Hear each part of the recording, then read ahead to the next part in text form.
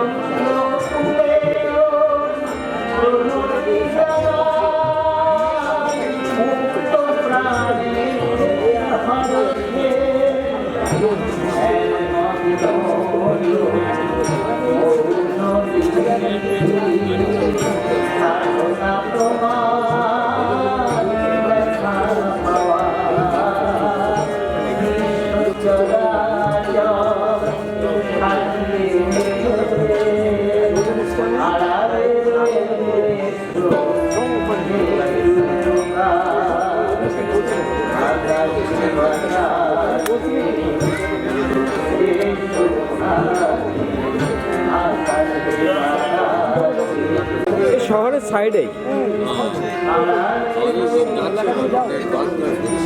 কতদিনের মধ্যে যাবেন? না যাচ্ছে তাই আর আমরাও যাওয়ার একটা চিন্তা নিয়ে যাবো।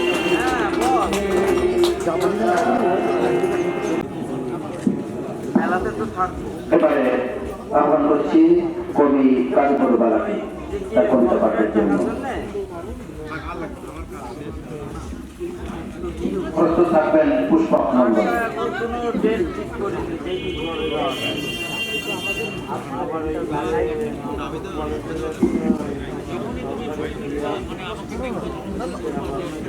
আমরা মনোযোগ দিয়ে সবাই শুনি, কারণ তার সঙ্গে তাদের আলো ভারী মনোলোভা সৃষ্টিশীলের সজীব কলি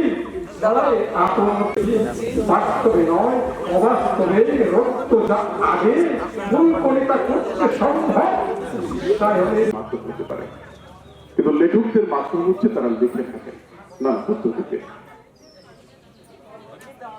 পৃথিবীর বিভিন্ন ভাষায় যারা গুরুত্বপূর্ণ লেখক, আপনার মাথায় কবিতা আসছে না, কিন্তু মাথায় কিন্তু ভাষা বিজ্ঞান আসে না। এবং যারা শ্রেষ্ঠ লেখক পৃথিবীতে বানান বিধি নিয়ে ভাষা বিজ্ঞান সব লেখা লিখেছেন, এমনকি অভিযান দিয়েও লিখেছেন। এত গুরুত্বপূর্ণ লেখা যে এখন তাদের ভাষণ খুব দর্শকরা খুবই গুরুত্বপূর্ণ। এবং এই জায়গায় এসে আমরা দেখতে পাচ্ছি যাদের লেখক হওয়ার প্রচুর আকাঙ্ক্ষা রয়েছে তারা প্রায় 80% বাদ পড়ে যাচ্ছে। আপনি যদি বই আসুন একটু আসুন, আমরা এখন পুরস্কারের পালায় এসে গেছি, আমরা পুরস্কার দেবো এখন। তো আমাদের মায়েরা এখানে দাঁড়িয়ে আছে, তারা শুভেচ্ছা জানাবে। হ্যাঁ দাঁড়ায়। আর আহ্বান জানাচ্ছি আসরে আসবার জন্য, যারা যেখানে আছেন থাকবেন, শুধুমাত্র একটু চেপে চেপে বসুন। আর যাদের ডাকছি তারা আসুন। ডক্টর আমান, বন্ধু প্রফেসর ডক্টর আমান আসুন। প্রফেসর ডক্টর বিবেকানন্দ বিশ্বাস, শ্রদ্ধে বলার কিন্তু সেটা সম্ভব হয়ে উঠছে না সময় স্বল্পতার জন্য। তো আমরা আহ্বান জানাচ্ছি টুকু ভাইকে। মোটন হয়ে গেল, আমরা একটা জোরে করতালি দেব। টুকু ভাইয়ের উদ্দেশ্যে ফুল ছিটানো হলো। আমরা পুষ্প বৃষ্টিতে অভিষিক্ত করলাম টুকু ভাইকে। তিনি ভবিষ্যতে আরো অনেক বই লিখবেন, সবাই লিখবেন। টুকু ভাই, নজরুল ইসলাম টুকু ভাইয়ের বই সে পথে পরের বইয়ে সে পথে এসেছে, এরকম একটা বই পাওয়া। তো যাব আমাদের আজকের যে সেরা কবিকে আমরা বলি না, আমাদের শ্রদ্ধেয় স্যার শেখরঞ্জন ঘোষ আর সংগঠনের সভাপতি অধ্যাপক রমেশ চন্দ্র মন্ডল সবার উপস্থিতি। সংগঠনের সভাপতি অধ্যাপক রমেশ চন্দ্র মন্ডল এবং অনুষ্ঠানের সভাপতি কবি শেখরঞ্জন ঘোষ আমাদের সবার পক্ষ থেকে আসলে সেরা কবিকে ফুলের মালা দিয়ে বরণ করে দিচ্ছেন এবং ছোট্ট একটি পুরস্কার রয়েছে তার জন্য। পুরস্কার উপহার তুলে দেওয়া হলো এবং তাকে সুভাষিত শুভেচ্ছা দেওয়া হলো ফুলে।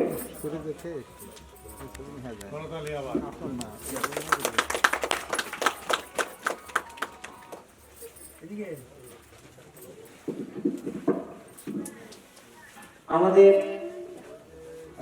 এই পর্বের বিচারকে দায়িত্ব পালন করেছেন অজয় রায় অধ্যাপক, গবেষক রঞ্জন রায় অধ্যাপক, ডক্টর ইবাই সামান, ডক্টর রুবেল আনসার এবং কবি বিপ্লব। জয়িতার হাত দিয়ে আমরা পুরস্কারটি দেব সবার পক্ষে। নজরুল ইসলাম টুকু, তাকে একটি শুভেচ্ছা উপহার দেওয়া হচ্ছে। নিখিল পাল, তিনি মহেশপুর সাহিত্য পরিষদ মহেশপুর ঝিনাইদহ তার প্রতিনিধিত্ব করছেন।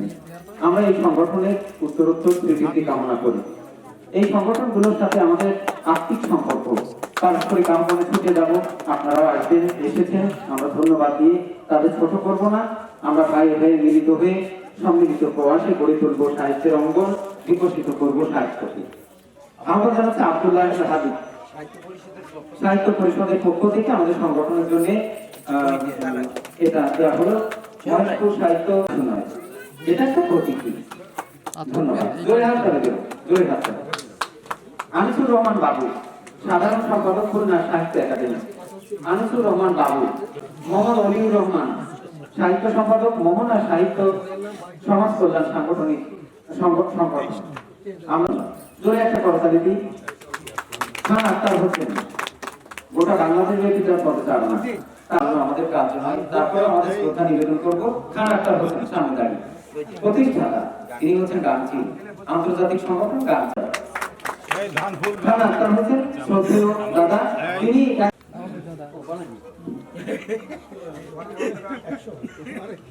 ধন্যবাদ সদস্য অঞ্জনা সোহাগ কাউন্সিলের যুগ্ম সমন্বয়ক শেখ আমন্ত্রণ হচ্ছে জাতির জনক বঙ্গবন্ধু শেখ মুজিবুর রহমানের জন্মশতবার্ষিকী উপলক্ষে দেশব্যাপী চলছে কাউন্সিলের আয়োজনে বঙ্গবন্ধু নিবেদিত কবিতা উৎসব। এরই ধারাবাহিকতায় জেলা প্রশাসনের সহায়তায় দক্ষিণ বাংলায় আয়োজন করা হয়েছে 3 দিন ব্যাপী কাউন্সিল কবিতা উৎসব। আগামী 14 ফেব্রুয়ারি শুক্রবার খুলনাতে, 15 ফেব্রুয়ারি শনিবার বাগেরহাটে, 16 ফেব্রুয়ারি টুঙ্গিপাড়া গোপালগঞ্জে সমাপন। আগামী 14 ফেব্রুয়ারি 2020 শুক্রবার দিনব্যাপী বয়রাস্ত খুলনা বিভাগীয় গণগ্রন্থাগার তিনি লিখেছিলেন একটি নাটক যেটি 1994 খ্রিস্টাব্দে অনুষ্ঠানের সেই শুভ মহেন্দ্রযুগের প্রাক মুহূর্ত থেকে আমরা 1994 খ্রিস্টাব্দে জাগরণ সাংস্কৃতিক পরিষদের পরিবেশনায় শ্রী অরবিন্দ মণ্ডল, যিনি আজকে সংবর্ধিত মিনিয়মান মিত্রতা বা স্বপ্নের রাজপথে বান্দা মহাবিদ্যালয় নামে যে নাটকটি উপস্থাপিত হয়েছিল, সেই নাটকে তারা একটু আসেন না, সমস্যা কি? গিরে দেবে সুমন্তরা, আমার নাম আছে সুমন্তরা। আমার পিতা মাতার নামটা তার বই থেকে কালেকশন করতে পারি না। পড়াশোনার বিএ অনার্স, এমএ গণিত, পেশা অধ্যাপনা স্যার জগদীশ চন্দ্র। 1993 তার প্রথম প্রকাশিত উপন্যাস কয়েকটি মূল্যবান জীবনী গ্রন্থ, সর্বকালের সর্বশ্রেষ্ঠ বাঙালি বিজ্ঞানাচার্য জগদীশ চন্দ্র বসু জ্যোতির্ময়। আমি আগে যাদের নাম ঘোষণা করেছি তারা একটু পাশাপাশি দাঁড়ান।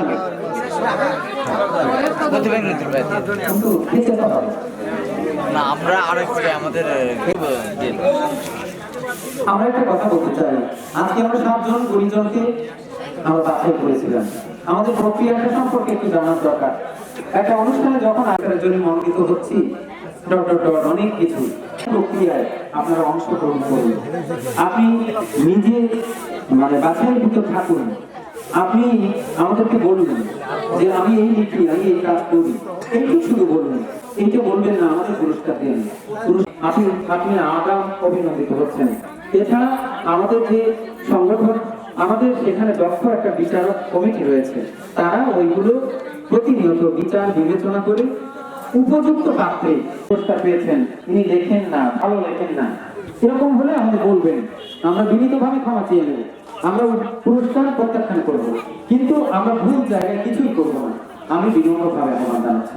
ছবি তোলা হচ্ছিল, এবার অনুরোধ করবো সবাই যেন আমরা ভালোবাসতে শিখি, আমাদেরকে সুন্দরভাবে। ধন্যবাদ। অরবিন্দ তার অনুভূতি ব্যক্ত করবেন সকলে। কিন্তু এই জসীমুদ্দিন রহমতের আমার এখানটা ও মেয়ে বলছিল সমাজ সংস্কারের আমি জানি না তো আমি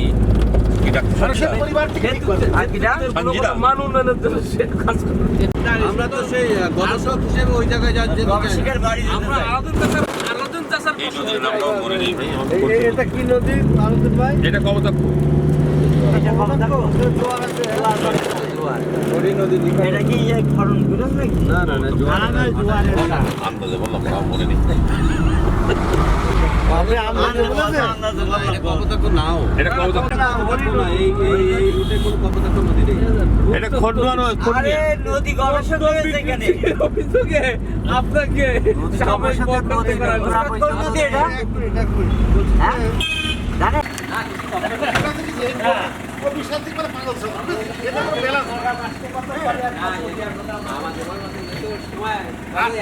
আমাদের ইতিহাসের কথা তার রেখে আসতে না, তার নাম আমরা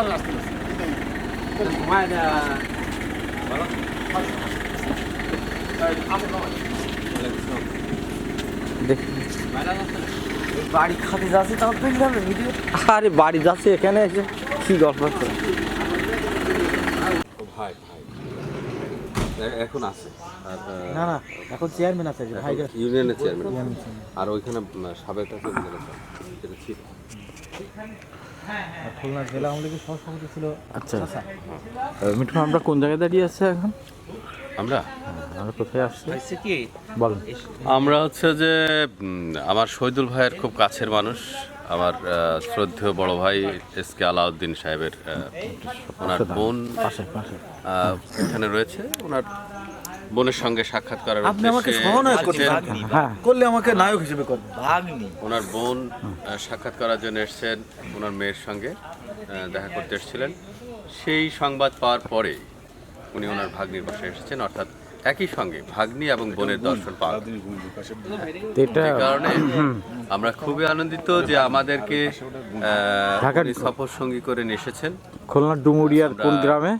আমরা খুলনা বিভাগের খুলনা জেলার সদর জেলার ডুমুরিয়া উপজেলার মধুপুর গ্রামে এসেছি এখন আনুমানিক মাগরিব আসন্ন মাগরিবের বাদ আসর আসন্ন মাগরিবের মাঝামাঝি সময় আমরা এসেছি।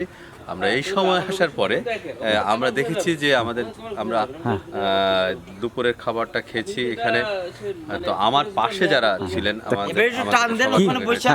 সেখান থেকে আমার খুব পাশে যিনি বসেছিলেন, আমার বাম পাশে বসেছিলেন শহীদুল ইসলাম, পথিক শহীদুল ইসলাম, একজন চিত্রগ্রাহক, বাচিক শিল্পী, নাট্যকার, গুণী ব্যক্তিত্ব, বনলতা নাট্য সংসদের নির্বাহী পরিচালক। এবার খাওয়া দাওয়ার একটু বর্ণনা দেন।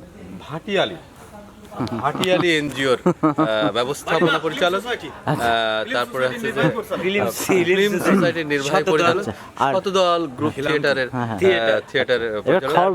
সেখানে চলচ্চিত্র সেই শহীদুল ইসলাম পথিক শহীদুল ইসলাম কাট করে আবার একটু জোড়া দিতে হবে না, এই যে খাওয়ার বর্ণনা দেন। সেখান থেকে আমার শহীদুল ভাই যে সমস্ত খেয়েছে, আমি দেখেছি যে প্রথমে উনি হচ্ছে যে চিংড়ি মাছ খেয়েছেন। তো চিংড়ি মাছ খাওয়ার সময় শহীদুল ভাইকে দেখলাম যে বেশ আনন্দের সহিত উনি উপভোগ করছেন। এরপরে যখন রুই মাছ এলো, শহীদুল ভাই রুই মাছটা খেয়েছেন, আমি দেখেছি, সঙ্গে আমিও খেয়েছি। এরপরে খেয়েছেন মুরগির মাংস। উনি যদিও ডাক্তার সাহেবের নিষেধ থাকা সত্ত্বেও লোভনীয় কায়দায় উনি বিফ খেয়েছেন। সেখান থেকে একটি মাত্র খাবার উনি অ্যাভয়েড করেছেন। পরবর্তীতে জানা গেল যে আসলে সেটাও ডাক্তারের নিষেধ ছিল, উনি ডিমটা খান। সালাদ খেয়েছেন, পরিমিত খেয়েছেন, দই খেয়েছেন, খাসির মাংস খেয়েছেন, মুরগির মাংস খেয়েছেন। এখানে ব্যবস্থা ছিল আমাদের দাদাদের জন্য ব্যবস্থা ছিল, আমাদের জন্য আলাদা ব্যবস্থা ছিল। সকল ব্যবস্থাপনার মধ্যে থেকে সবচাইতে ভালো যে জিনিসটা মনে হয়েছে সেটা হলো যে নিজেদের পাতা দইটা অত্যন্ত চমৎকার লেগেছে। আর রান্নার বিষয় তো বলাই অসম্ভব সুন্দর রান্না হয়েছে। এই খাবারটা আমরা বেশ সকলেই উপভোগ করেছি, আনন্দ সহিত আমরা খেয়েছি। এই পর্যায়ে আমার মনে হয় যে আমাদের এই সাক্ষাৎকার অনুষ্ঠানে আমাদের মহেশপুর সাহিত্য পরিষদের সম্মানিত সাধারণ সম্পাদক কবি নিখিল পাল যে আমাদেরকে নিয়ে তার কাছ থেকে কিছু শোনা যেতে পারে। এইগুলো একটু বলেন। প্রথমে আসলাম আমরা তো সাহিত্য সম্মেলনে আসছিলাম, তো জ্যোতিমঠ বান্দা ইউনিয়নের একটা মন্দিরে, ওখানে আপনার ওই ফুলকলি সাহিত্য পরিষদের ওদের সম্মেলন ছিল। ওখানে আমাদের খুব প্রিয় ব্যক্তি মিতুল সাহেবকে সম্বর্ধনা দিল। তো যার কারণে আমরা আসছি, এবং এই একবারই না, আমরা কয়েক বছর ধরে আমাদের কয়েকজন আসছে। তো এবারটা আর কি বড় পরিসরে আসলাম এই কারণে যে মিতুল সাহেবের যেহেতু সম্মাননা পদক দিচ্ছে, এই কারণে আসা হয়েছে। তো ওখানে একটা মন্দিরে মঠে আয়োজন হয়, তো সেখানে কোনো আমিষের ব্যবস্থা থাকে না, নিরামিষ। ওখান থেকে একটু অল্প নিরামিষ খেলাম আমরা। তো তারপরে বেশ ওদের আপ্যায়নে আমরা মুগ্ধ হয়েছিলাম, বেশ চমৎকার ওদের ব্যবহার ট্যাবহার। এবং অনুষ্ঠান উপস্থাপন করছিল শশাঙ্ক নামে একজন ব্যক্তি, উনি বেশ কবি শশাঙ্ক, উনি পেশায় একজন কলেজের প্রভাষক। তো চমৎকার উপস্থাপন করছিল। যাই হোক, আমাদের অনেক কিছু শেখার আছে, আমরাও একটা সংগঠন চালাই, তো ভালো লাগলো। তাদের কাছ থেকেও আমরা বেশ কিছু শিখতে পারলাম, জানতে পারলাম। আমাদের সামনের দিনে আমাদেরও এরকম সাহিত্য সম্মেলন আছে, প্লাস আমরা গুণীজন সম্মাননা পদক দিই প্রতি বছর। আমাদের মহেশপুর উপজেলা থেকে একজন, উপজেলা অর্থাৎ আমাদের পরিষদের ভিতর থেকে একজনকে, এবং জেলা থেকে একজনকে, এবং উপজেলার, এবং আমাদের সাথে আছেন আমরা যে টিমে আসছি। প্রথমেই বলি আমার ওস্তাদ ডক্টর ওয়াহিদুল ইসলাম মুরাদ ভাই, তারপর আছেন আমার গুরুজন যার কাছ থেকে আমি আমি এখন যে হালকা পাতলা আর্ট করতে পারি, আর্টের টানটা আমি সেই মিতুল ভাইয়ের কাছ থেকে শিখছিলাম। মিতুল ভাইয়ের কাছ থেকে আমি অনেক কিছু শিখছি। সেই মিতুল সাহেব মিতালি সাহিত্য পরিষদের কি আছে বলবো না, অল্প অল্প করে বলে দেন সবাই। আমাদের যে তো এখানে আছে মিটু হাফিজ, বিশিষ্ট আবৃত্তিকার এবং আবৃত্তি সংসদ। আমাদের আলাউদ্দিন ভাইয়ের রিলেটিভ আসেন, ভাগ্নি জামাই বলতে থাকেন। যারা এখানে এসে, যার বাসায় এসে আমরা আপ্যায়িত হয়েছি, আমরা তার সঙ্গে আছি। আমাদের এটা স্মৃতি হিসেবে থাকবে। স্মৃতি হিসেবে যদি আপনি কিছু মনে না করেন, এখান থেকে একটু রজনীগন্ধা একটু ফুল সহকারে একটু ধরলেন, বলতে থাকেন। হ্যাঁ, এই জন্য আমরা আরো আনন্দিত হব যদি সঙ্গে সঙ্গে দুই ভাই বোনকেও পরবর্তীতে আপনার ক্যামেরায় ধারণ করবেন বলে আমি আশাবাদ ব্যক্ত করছি। আচ্ছা, এখানে সবাই আলাউদ্দিন ভাইয়ের আরেক ভাই যিনি আমাদের সার্বক্ষণিকভাবে ছিলেন, তাকেও একটু রাখেন, তাকেও রাখেন, আপনার স্মৃতিতে রাখেন, স্মৃতিতে রেখে দেন। রাফসান। আচ্ছা, এবার একটু কাট করে রাখেন। আলাউদ্দিন ভাই আসলে ওনাদের ভাই বোনের দুজনের আলাউদ্দিন ভাই আসেন। কোনে এইভাবে না, এরকম